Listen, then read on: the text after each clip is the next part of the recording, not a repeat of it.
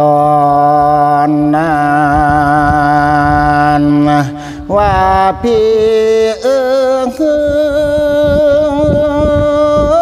ประทานโทษเถิดพี่เจ้าน้องขอเล่าความเป็นไปใช่ว่านางลืมคำแต่ยังได้ทั้งนานนางหักฟันล้างลายฟันเป็นประหลาดต่างโอ้ยประหลาดต่างตอนนั้นฝันว่านั่งถึกสร้างวิ่งไล่ออกใจหายแลนนี้ตายบัดนี้ใจร่างกายทามินมอนมาจับคอนั่งไว้นาง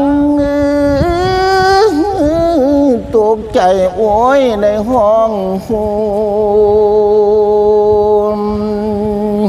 เบิ่งกะยาตนโตหูตาฟันและแขวคือดามนอกยักมัน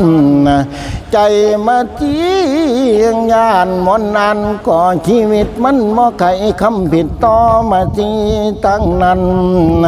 จับประกันดวงกามาจอตาทั้งสองลูกผูกขามือมัดไว้หัวใจน้องว่าดวนนี้ดอกน้ำดอกพี่